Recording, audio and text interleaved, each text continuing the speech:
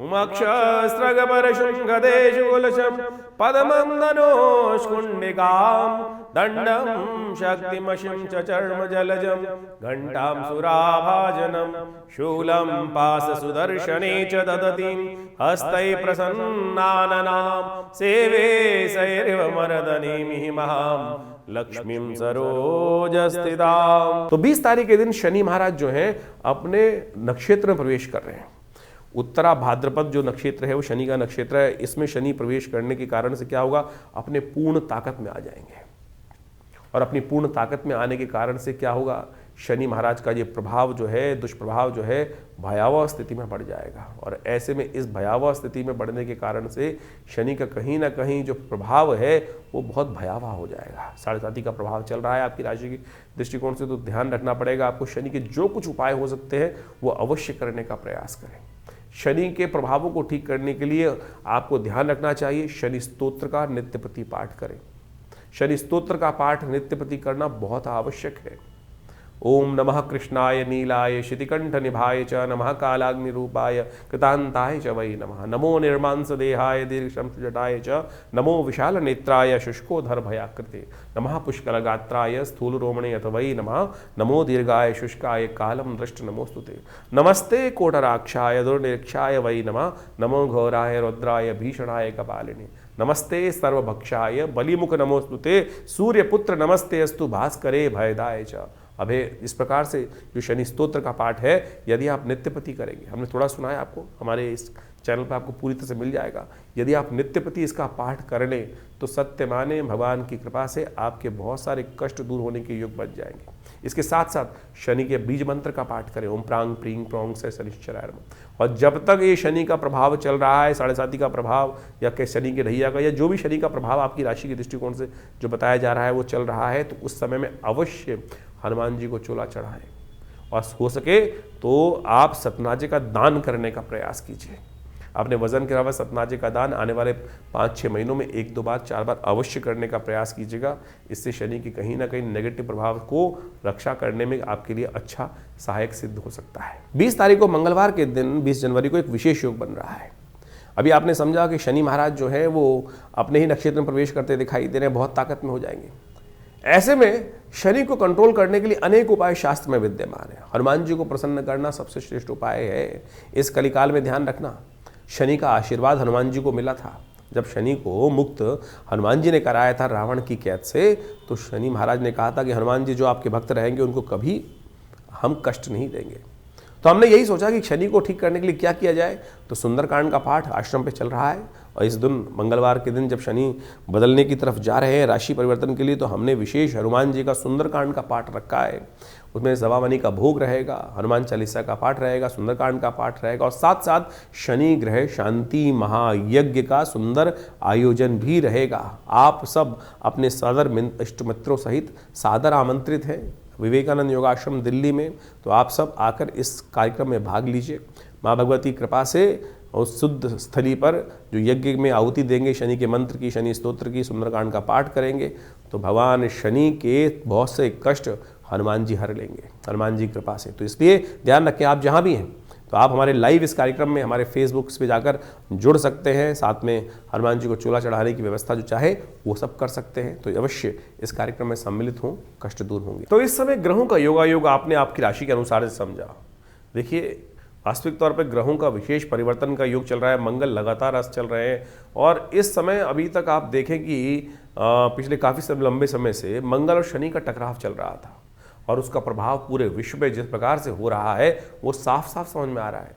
एक तो सूर्य का वर्चस्व की लड़ाई, वर्चस्व स्थापित करने का प्रयास, हर कोई कहीं ना कहीं हमारे निजी जीवन में भी या पूरे विश्व के व्यापक रूप से देखें, हर डिस्ट्रिक्ट के दृष्टिकोण से देखें, हर जगह के दृष्टिकोण से देखें, तो एक ऐसी होड़ इस वर्ष रहने वाली है। क्योंकि ये वर्ष जो है सूर्य का वर्ष है, तो हर कोई अपना आधिपत्य स्थापित करने का बड़ी जद्दोजहद के साथ प्रयास करता दिखाई देगा। और इस समय में जब शनि मंगल का टकराव चल रहा है तो ऐसे में कहीं ना कहीं जो द्वेष भावना है वो ज़्यादा बढ़ती दिखाई देगी। और अब मंगल जिस प्रकार से परिवर्तन कर कर आगे बढ़ेंगे और मंगल उच्च के होने के योग बनाएंगे, लेकिन साथ साथ अस्त भी होंगे, तो ये कहीं ना कहीं जीवन में एक ऐसी आपाधापी की तरफ छटपटाहट, मनोमस्तिष्क में एक छटपटाहट जो उत्पन्न कर सकता है, जो विशेष तौर पर आप मान के चले मनोमस्तिष्क में फ्रस्ट्रेशन डालने के योग बना सकता है। इसको आपको अच्छे समझ लेना चाहिए। मंगल का किसी ये प्रभाव जो है, ये परिवर्तन है, चतुर्ग्रही योग बनने का योग बन रहा है, जो वो कहीं ना कहीं अंतर द्वेष को उत्पन्न करने के योग बनाता है।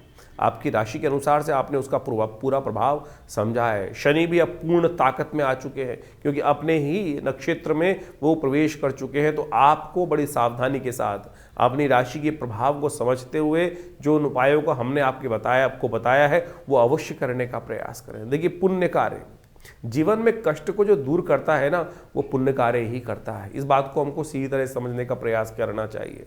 नहीं तो कई बार क्या होता है, भ्रांति उत्पन्न हो जाती है, हम पुण्यों से दूर हो जाते हैं और गलत गलत कर्मों की तरफ निवृत्त तो हम होते ही रहते हैं। जीवन में यदि दिन के 24 घंटे हैं तो लाख प्रयास करने के बावजूद भी कुछ ही समय ऐसा होता है जो हम अपने आप को पुण्यों की तरफ, अच्छे कर्मों की तरफ प्रवृत्त कर सकते हैं। लेकिन मनसा वाचा कर्मणा यदि देखें, उसको समझने का प्रयास करें, तो ज़्यादातर अधिकतर समय जो है 90% समय जो है वो कहीं ना कहीं पाप युक्त कार्य ही होते दिखाई देते हैं। देखिए, कर्म 3 प्रकार के हैं, मनसा वाचा कर्मणा, और सबका प्रभाव है। इस बात को ये नहीं समझे कि हमने सोच लिया और हमने किया नहीं तो उसका प्रभाव नहीं। सोचे हुए अच्छे कर्म का या सोचे हुए बुरे कर्म का प्रभाव भी उतना ही होता है जितना प्रत्यक्ष किया जाए। तो इस बात को हमको समझते हुए कार्य करने का प्रयास करना चाहिए, तभी तो जीवन में जो अशुभ प्रभाव उत्पन्न होता है हमारे जीवन के कर्मों का, वो हमारे जीवन में सामने घटता है।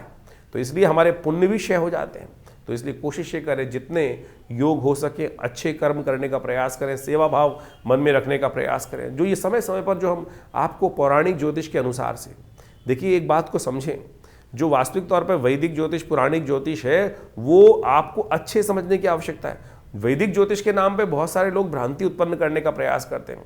जो पुराणों इत्यादि में वर्णित कथाओं के माध्यम से, उपनिषद इत्यादि कथाओं के माध्यम से आपके समक्ष जिसको पंचांग लिखता है कि आज ये उत्सव है, ये उत्सव है, ये उत्सव है, ये उत्सव है, और उन कथाओं को पुराणों में जो इंगित किया गया वो इसीलिए बताया गया है कि वहाँ वो उस प्रकार से कर्म करके चीज़ों को ठीक करने का प्रयास उस फला फला व्यक्ति ने वहाँ उस युग में ऐसे किया, उस व्रत को आप ऐसे करेंगे तो आपके जीवन के कष्ट भी दूर होने के योग बनेंगे। लेकिन हम लगे हुए हैं पता नहीं उपायों की तरफ जाने के लिए, टोटकों की तरफ जाने के लिए, किस किस प्रकार के अजीब अजीब टोटके हर कोई व्यक्ति बताने का आज यथाउचित भाव से प्रयास कर रहा है। कोई विचित्र स्थिति है, कोई शराब पिलाया जा रहा है, कोई शराब का दान कराया जा रहा है, कोई देवता को भी शराब चढ़वाया जा रहा है। क्या ये ज्योतिष धर्म का प्रभाव है? बिल्कुल धर्म का प्रभाव नहीं है। किसी के मन में कोई हीन भावना उत्पन्न नहीं, उसने एक गलत रीति चला दी और उसके पीछे एक ऐसी जो दौड़ आरंभ हो गई है, अंधी दौड़, जिसको कोई समझते हुए मन मस्तिष्क समझता है, लेकिन फिर भी अंधी दौड़ की तरफ हम भागते चले जा रहे हैं। धर्म बड़ा सात्विक है, सात्विकता से भरा हुआ है, धर्मयुक्त सत्ययुक्त कार्य करने की, धर्म प्रेरित करने का प्रयास करता है। तो जहां भी कोई गलत भाव आपके मन में समझ में आ रहा है, आपके मन, क्योंकि आपके मन में भी अंतरात्मा परमात्मा कहीं बैठा हुआ है, तो इसको समझते हुए कार्य करने का आप प्रयास करें। हम ज्योतिष को, पौराणिक ज्योतिष को, वैदिक ज्योतिष को उसी रूप में आपके समक्ष उपस्थित करने का प्रयास करते हैं। जो उपाय बताते हैं वो भी शास्त्र में वर्णित जो है वही उपायों को आप करने का प्रयास करें। नहीं तो वो अंगूठी पहनकर या कुछ ना कुछ उल्टे सीधे टोटके जो बताए जाते हैं, ऐसा कर दो, ये कर दो, इसके ऊपर से उतार के यहाँ फेंक दो, ऐसा फेंक दो, उससे इस बात को समझो कि शास्त्र में कहीं वर्णित नहीं है इन सब बातों को। तो हमने आपके समक्ष अनेक उपायों को आपके समक्ष रखा है, तो आप यथाउचित भाव से उनको करने का प्रयास करें। ईश्वर की कृपा से आपके जीवन में परिवर्तन का योग अवश्य बनेगा। देखिए इस वक्त ग्रहों की युति देखें कैसी चल रही है। शुक्र के समक्ष बुध जो बृहस्पति की युति बनी हुई थी अभी, उसके साथ साथ शनि मंगल का टकराव चल रहा था, और अब जिस प्रकार से शनि तो अपने पूर्ण जो रूप में आ गए हैं, पूर्ण रूप से अपनी नक्षत्र में भी प्रवेश करने के बाद जब प्रभाव उत्पन्न करने वाले हैं, तो आपको उनका सही उपाय समय से कर लेना चाहिए, जान लेना चाहिए इनका प्रभाव हमारे जीवन में किस प्रकार का होने वाला है। तब जाकर आप इन समस्त दुष्प्रभावों से, जो ग्रहों का दुष्प्रभाव है, उनसे बच पाएंगे और अपने जीवन को सही तरफ। ऐसा नहीं हो सकता यदि ग्रह का अशुभ प्रभाव भी है तब हम उसका उपाय करें और हम उसके अनिष्ट प्रभाव से, गलत प्रभाव से न बच पाएँ। बिल्कुल बच पाते हैं।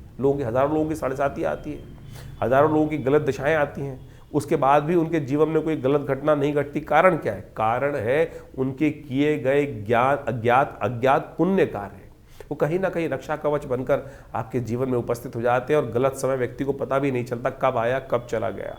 तो इस सिद्धांत को सही रूप से समझ के प्रयास करें। कई बार भ्रांतिवश हम उस सिद्धांत को समझते हुए भी अज्ञानतावश उस काल ग्रास में फंस जाते हैं और उसके सिद्धांत को समझ नहीं पाते हैं। कोशिश ये करें इन समस्त चीज़ों को सही से समझें।